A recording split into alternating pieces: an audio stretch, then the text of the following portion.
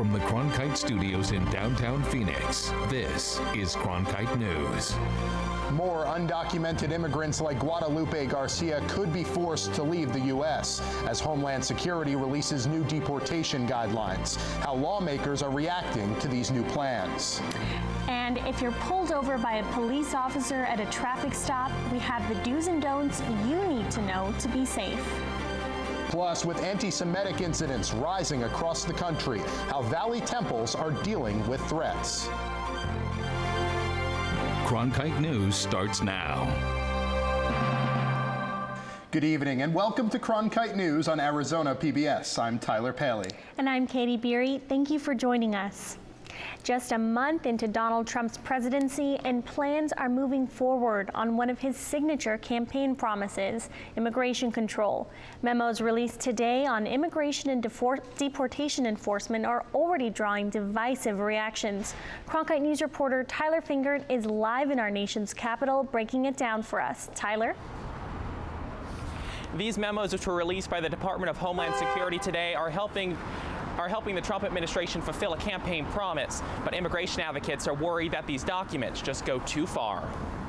In many ways, just create open season for the Department of Homeland Security to go after moms and pops. In two lengthy memos, Homeland Security Secretary John Kelly detailed how his agency will heed President Trump's call to aggressively enforce immigration laws. Secretary Kelly also ordered the repair of the current border wall and the expansion across the rest of the southern border. We have an obligation to make sure that the people who are in our country are here legally. DHS plans to stop the controversial catch and release policy, and at the same time expanding the 287G program, which will deputize local law enforcement to act as immigration officers.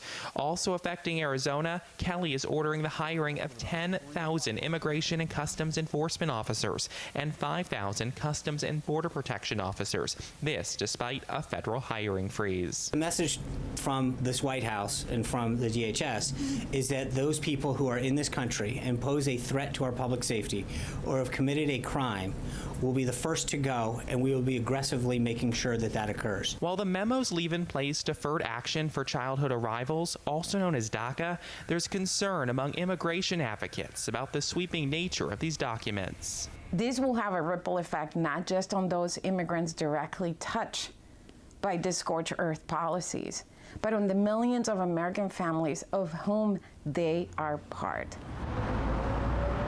Martinez says she expects legal challenges will come, and some groups told us today that they are considering that option. We reached out to the U.S. Department of Justice, who declined to comment, and then we also reached out to the U.S. Department of Homeland Security, who never got back to us. For now, live in Washington tonight, Tyler Fingert, Cronkite News. Arizona's lawmakers and law enforcement are reacting to this latest executive order. Megan Finnerty is in the broadcast center with those statements. We reached out to Arizona's congressional delegation, the Maricopa County Attorney and Sheriff, the State Attorney General, and Immigration and Customs Enforcement here in Phoenix. Few wanted to respond to the latest memos. We received this statement from Representative Tom O'Halloran. It is imperative that the administration works with Congress to find a solution that secures our borders, protects our communities, and creates a pathway to citizenship for those who come to our country legally. We should be focused on expanding the use of 21st century technology along our borders, not tearing apart families and ruining the lives of immigrants in our country. And Maricopa County Sheriff Paul Penzone's communication director reiterated the information from Friday's news conference, saying there's a focus in Maricopa County is safety, and they will sort out issues of citizenship. Also, MCSO said they will do what the law requires, but they are not leads an immigration organization. MCSO said, anything we do will be done humanely and with respect. We will not be doing raids, nor will we tolerate targeting individuals because of the color of their skin. Immigration and Customs Enforcement declined our request for an interview, and Maricopa County Attorney Bill Montgomery's office said he's, quote, deferring to Sean Spicer for this inquiry. In the broadcast center, Megan Finnerty, Cronkite News. The family of a slain Mexican teen was at the U.S. Supreme Court today. 15-year-old Sergio Hernandez was killed by a Border Patrol agent in 2010. Hernandez was on the Mexico side of the border while the agent was standing on U.S. soil. His family is suing the agent, saying he violated Hernandez's rights. If they stand in the United States and they shoot their weapon across the border, there should be, the Constitution should constrain their conduct. Mr. Mesa's position about what happened that day is he was executing his duties as a United States Border Patrol agent, responding to a camera operator who indicated that aliens were entering into the country. This is the first case the Supreme Court has heard under the Trump administration. If the justices split 4-4, the lower court ruling would be upheld in favor of the agent. The Trump administration spoke about anti-Semitism today after Jewish leaders urged the president to speak out against recent incidents. Trump said that, quote, anti-Semitism is horrible. He also told MSNBC that, quote, it's going to stop and it has to stop. Here in the Valley, we spoke with Rabbi John Linder of Temple Solel. He says that there have been no direct threats, but the recent acts of anti-Semitism have them hiring off-duty police officers and bolstering security.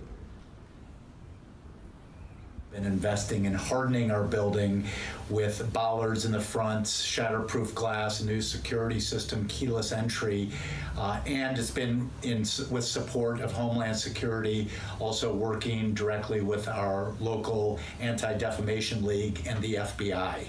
Rabbi Linder said his congregation works to protect members of the entire Valley faith community, not just members of the Jewish community, so they can rely on each other in times of need. Arizona will soon add questions to the written driver's license test about how drivers should act during a routine traffic stop. Reporter Allison Gargaro met with an officer who is teaching a group of soon-to-be drivers what to do. We all get nervous when we see the lights. Jim Fall teaches driver's ed at Mesa Mountain View High School. He's already trying to teach his students how to handle a traffic stop. We're teaching them that sometimes the police officer sees things differently as they approach from behind. Don't panic. And now there will be new questions on that topic on Arizona's written driver's license test. State Representative Reginald Boulding and other community leaders came up with standard tactics for drivers to follow when stopped by an officer. But I feel good to say that Arizona, we're actually first in the nation as far as looking at ways to curb officer-involved shootings through driving. This new test could be out as soon as March to offer a consistent standard to drivers and police for how to act during a routine traffic stop. There's a misalignment between what officers expect of drivers and what drivers expect of officers. But the expectation is that when they see a motorcycle officer or a police officer behind them with their lights flashing, it's to pull over to the right. I'd be like trying to look, oh, do I have my license with me? Do I have my registration? Like trying to look for it. But he told us just stay calm and wait for him to come up. If you're pulled over by a police officer while driving, they recommend that you keep both hands on the wheel and visible at all times. Roll your window down and turn the dome light on if it's dark outside, and then wait for further instructions from the officer. One reason for the new test is that Arizona's expansive gun laws can put police and drivers at risk. A lot of people have guns in their cars, so the movements you make in the car can appear to them to be confrontational. If a person has a gun in the vehicle, that they, while they're seated and their hands are on the steering wheel, that they just let the officer know, hey, I have a weapon and it's in this location in the car. So that the officer knows that up front, that's where it's at, and the officer can then give instruction to the driver. It's driver's education that may help save a life. No one should ever leave a traffic stop in a body bag. In Phoenix, Allison Gargaro, Cronkite News. Advocates hope the word will get out to people who have already taken the test through family, friends, and media coverage. New studies show that bullying usually starts early on in school. And it can impact a child's academic confidence. Coming up on Cronkite News, how a student's performance can be negatively affected by bullying. Plus, how a kid is helping the earth and paying for college education at the same time. I'm Scott Pelley, anchor and managing editor of the CBS Evening News. In our changing media landscape, it is crucial for journalism education to ensure a commitment to the truth, unbiased reporting, strong ethics, unwavering fairness, and above all else, accuracy. These are the hallmarks of ASU's Walter Cronkite School of Journalism and Mass Communication. It's a place where students can innovate and transform the news industry while always upholding the values of the school's namesake. The Cronkite School at ASU, preparing the next generation for a stronger future of journalism. Discover so much more at azpbs.org/schedule, where it's easier than ever to find out what's on Arizona PBS. Access interactive digital and printable program guides, repeat times, and full episode descriptions. Watch program previews of best bets for the coming week. Search by title to find your favorite shows. You can even add programs to your calendar and get email reminders when they're about to start. It's easier than ever to find out what's on Arizona PBS. Discover so much more at azpbs.org/schedule. When you want to be more connected, friend us on Facebook, follow us on Twitter, watch us online.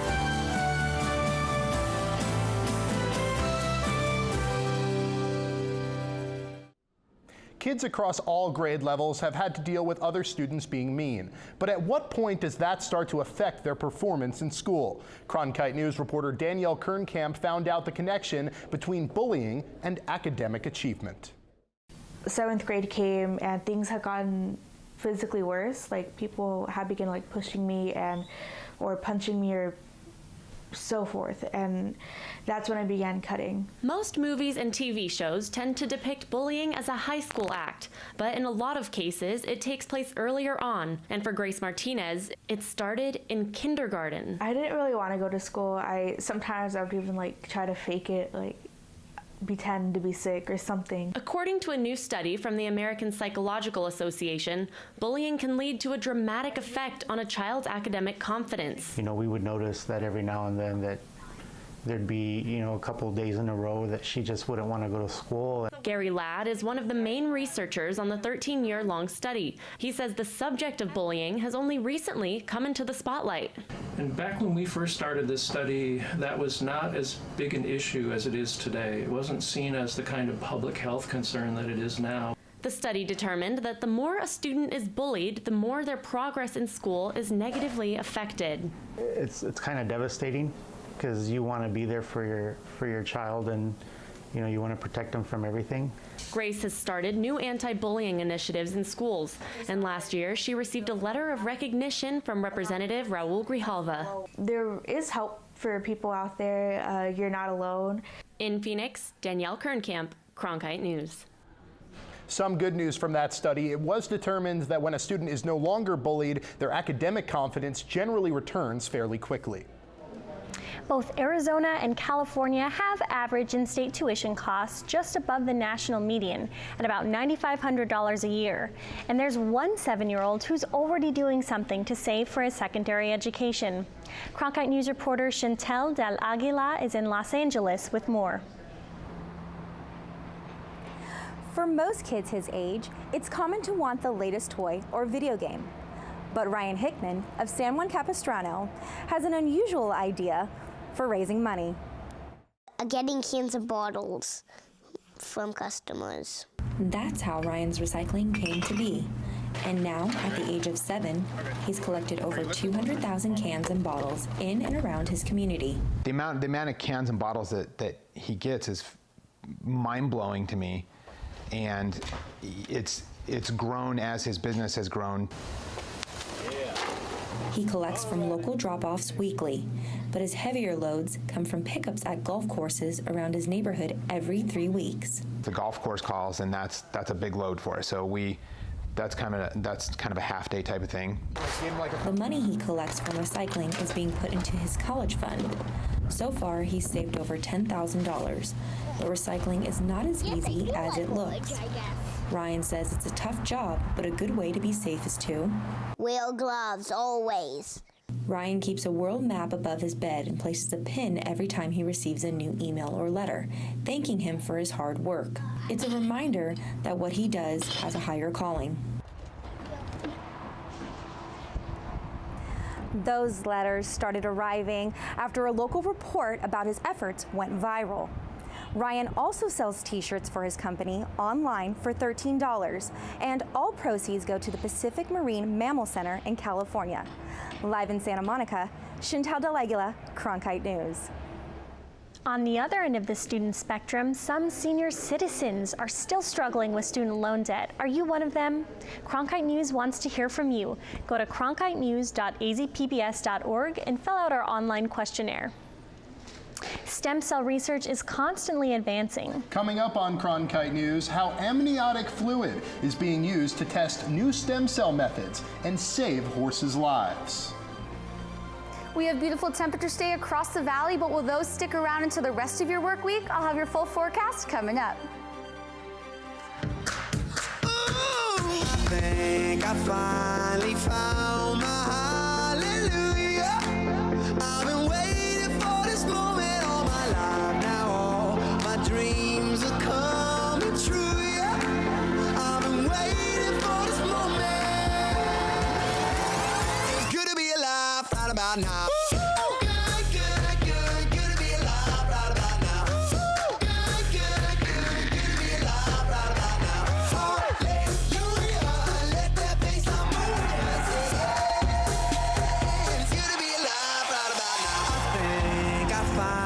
Found my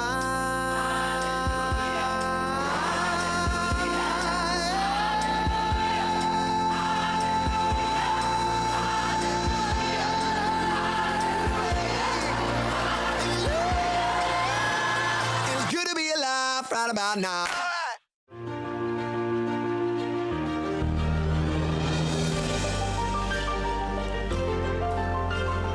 Officially from 36, and he hooks it in.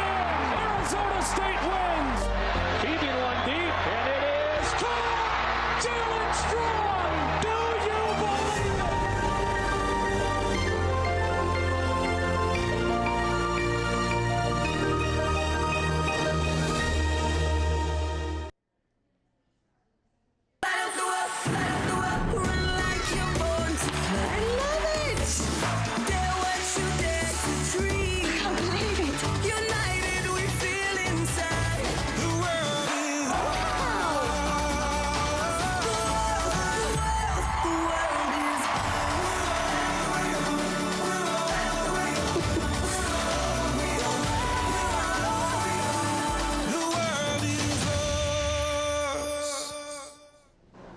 Another lawmaker in Arizona is trying to eliminate photo speed and red light enforcement.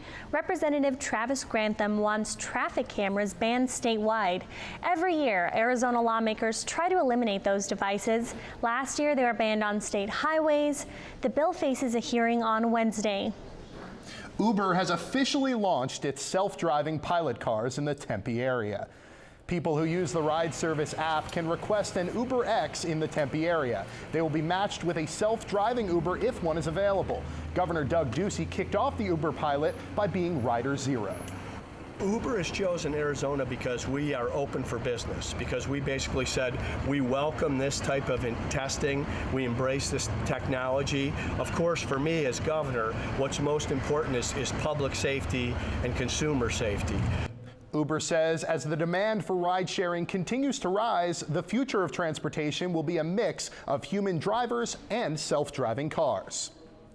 Horses can now save other horses with help from a startup in Arizona. Cronkite News reporter Amanda Luberto shows us how a new treatment is being used in the animal world. On a ranch in Chandler, Cheyenne could give birth any day now. Cheyenne is going to be a part of a new process that uses amniotic material to regenerate tissue and bone in injured animals. Chandler-based Anicel Biotech developed the process. CEO Brandon Ames was inspired when his daughter had to put down her horse because of a drug interaction. He assembled a research team to study amniotic fluid and found success with the treatments. I knew of this technology and had been introduced to this technology, and it was one of them things that just continued to come back time and time again, and finally I decided that it should be in the animal world as well. Dr. Moises Barcelo takes the collected fluids, separates out what he needs, and creates the injections. But back on the ranch is where the real miracles happen. Horses like Cheyenne will come to the ranch to have their babies, to have the materials collected for the regenerative treatments. In Cave Creek, equine surgeon with Chaparral Veterinary Medical Center, Dr. Wade Walker, says that there are two main concerns with the treatment: cost and time.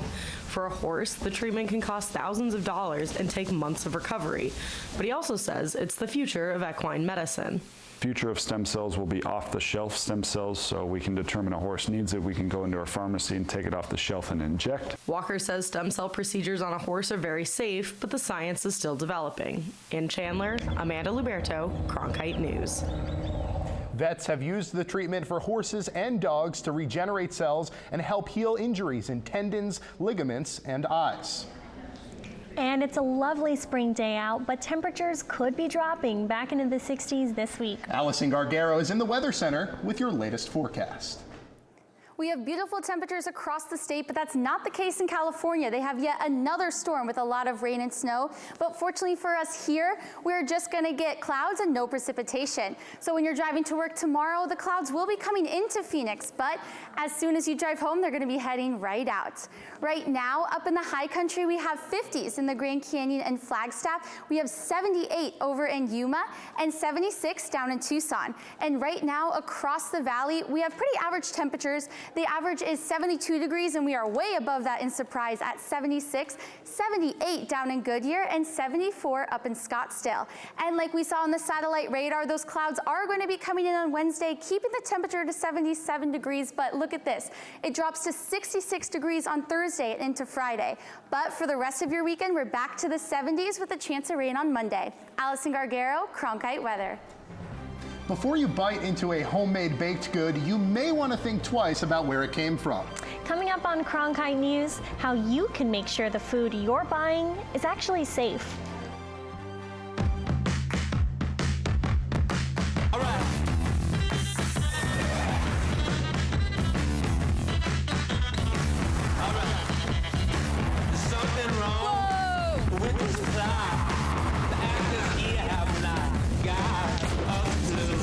Fascinating. You know, sometimes I wish I wasn't so beloved. Can't you see? Little girl got a hold on me like wow. Baby, I'm howling for you.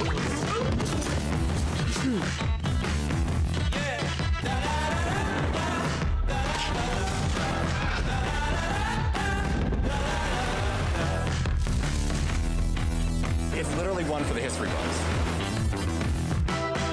Enjoy.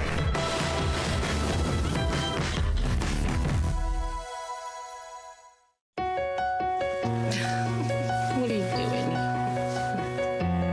Possibilities. Your day is filled with them. Reach up, energy in the fingertips, collapse. TV, play Downton Abbey. And PBS helps everyone discover theirs.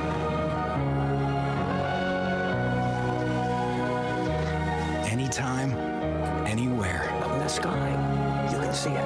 PBS, we're with you for life.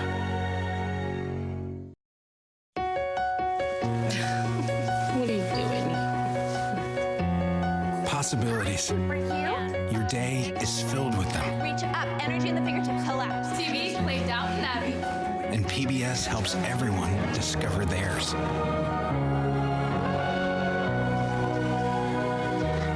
Anytime, anywhere. Up in the sky, you can see it. PBS, we're with you for life. Arizonans may want to think twice before sinking their teeth into a home-baked pastry. It's illegal in our state to sell certain goods prepared in home kitchens, but Cronkite News reporter Janie Hoyt tells us what you should watch out for. Back in 2011, the Arizona legislature passed some legislation that allowed for a home-baked and confectionery goods program here in the state. Taryn McQuilkin, owner of the Muffin Girl in Mesa, took full advantage of this program when she started out. And I found the program in Arizona for home-baked goods, and I did some more research, and I was able to be a good participant for it. To participate in the program, home bakers have to apply for a certificate on the health department's website. Once obtained, this certificate never expires. The program instills many guidelines that McQuilkin had to follow to ensure food safety. So it has to be properly labeled, it has to list the ingredients, specify that it's been made in a private home, and then there's only certain categories of food that are allowed to be manufactured under the program as well. It is also required to have your food handler's card to be in the program in Maricopa County. However, 5 counties in Arizona do not require it. But it doesn't require that home kitchens be inspected by the health department, so it's important to ask questions and be cautious when purchasing home-baked goods. And because home-baked and confectionery goods, participants are not regulated in the same way that, say, a restaurant or something is regulated, it's really important that they're only making foods that are non-potentially hazardous. The Muffin Girl recommends to do research on any home-baked goods you plan to buy. She says to make sure the person is certified and read the labels carefully to ensure for a good product. And talk to the vendors. Ask them when the product was made, how often they do it, how long they've been doing it. So it's buyer beware. In Phoenix, Janie Hoyt, Cronkite News. For a list of approved foods, food production guidelines, and labeling requirements, head to the Arizona Department of Health Services website. Cronkite News is proud to be the news division of Arizona PBS. Here's what's coming up on Arizona Horizon and PBS NewsHour. On the next Arizona Horizon, State Education Superintendent Diane Douglas talks about a lack of IT funding for her department, and we'll look closer at plans to expand the state's school voucher program. That's the next Arizona Horizon. I'm Judy Woodruff. On the next NewsHour, we kick off a new series talking to Trump voters. We're calling it Betting on Trump. We begin in coal country. That's Tuesday on the PBS NewsHour. That's it for Cronkite News tonight. Thanks for joining us. For top Arizona stories anytime, go to cronkitenews.azpbs.org.